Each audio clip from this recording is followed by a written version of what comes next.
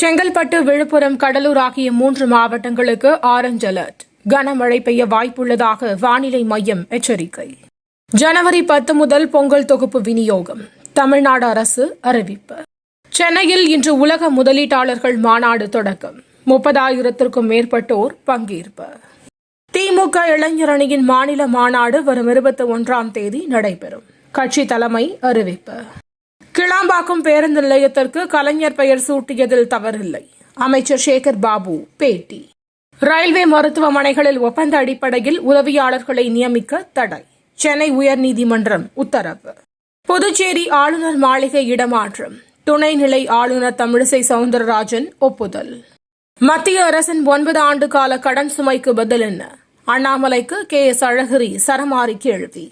Kilambakkam metro பணியை உடனே தொடங்கவும் அன்புமணி ராமதாஸ் வலியுறுத்தல். L1 புள்ளியில் வெற்றிகரமாக ஆதித்யா விண்கலம் நிலைநிறுத்தம். இஸ்ரோ தகவல். மற்றொரு மைல்கல்லை எட்டியது இந்தியா. இஸ்ரோவுக்கு பிரதமர் மோடி வாழ்த்து. இலங்கையில் முதன்முறையாக ஜல்லிக்கட்டு போட்டி. சீறி பாய்ந்த காளைகள்.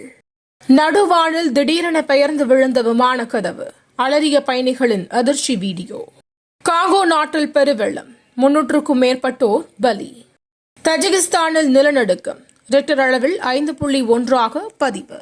தினம் தினம் நடக்கும் முக்கிய நிகழ்வுகளை சுருக்கமாகவும் தெளிவாகவும் தலைப்புச் செய்திகள் வழியே அறிந்து கொள்ள QLN நியூஸ் சேனலை சப்ஸ்கிரைப் செய்யவும்.